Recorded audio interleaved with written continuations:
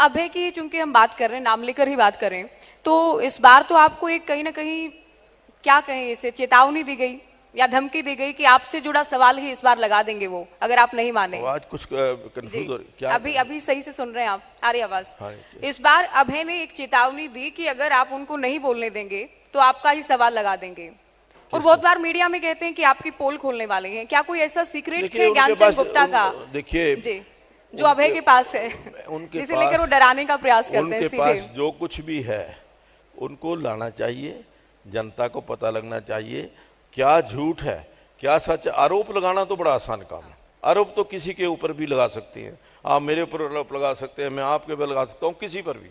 लेकिन आरोपों के अंदर सच्चाई क्या है, वो जब सच्चाई सामने आती है, सच्चाई जब उसके ऊपर आती है तब फिर लगता है कि अगर सच्चाई है, गलत है, अगर मैं गलत हूंगा तो मुझे सजा मिलेगी, कोई नहीं रोक सकता उसको।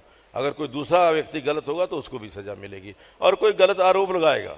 देखिए हमने कहा है, आपने विधानसभा के अंदर देखा भी है कि विधानसभा के अंदर किसी भी मंत्री को, किसी भी विधायक को, किसी भी बोलने की या झूठ बोल करके मिसगाइड करने की इजाजत नहीं है।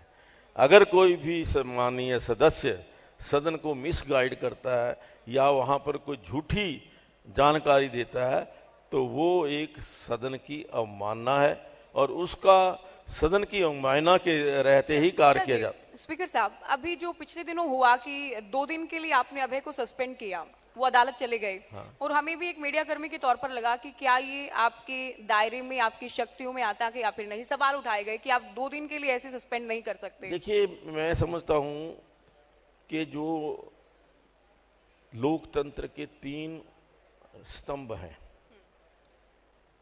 पहले है न्यायपालिका, फिर है कार्यपालिका, फिर विधायिका। तीनों का इंडिपेंडेंट काम है, एक दूसरे के काम में तीनों इंटरफियर नहीं कर सकते। ये संविधान की रचना के अंदर कहा हुआ है और संविधान की ये अपेक्षा भी है कि हम तीनों अंग अलग अलग अपना अपना काम करें। और जब विधानसभा की कार्यवाही उसके ऊपर कोई भी, पूरे भारत की कोई भी कोर्ट संज्ञान नहीं ले सकती, ये ऑन रिकॉर्ड एक्ट के अंदर भी है, 121 के अंदर। और जो 8 जजेस की सुप्रीम कोर्ट की बेंच का फैसला है कि विधानसभा की का जो सदन के अंदर कार्रवाई है उसके अंदर जो स्पीकर का फैसला है वो पूरी तरह से मान्य है, उसको कोई किसी कोर्ट के अंदर चैलेंज नहीं किया जा सकता। सर इसी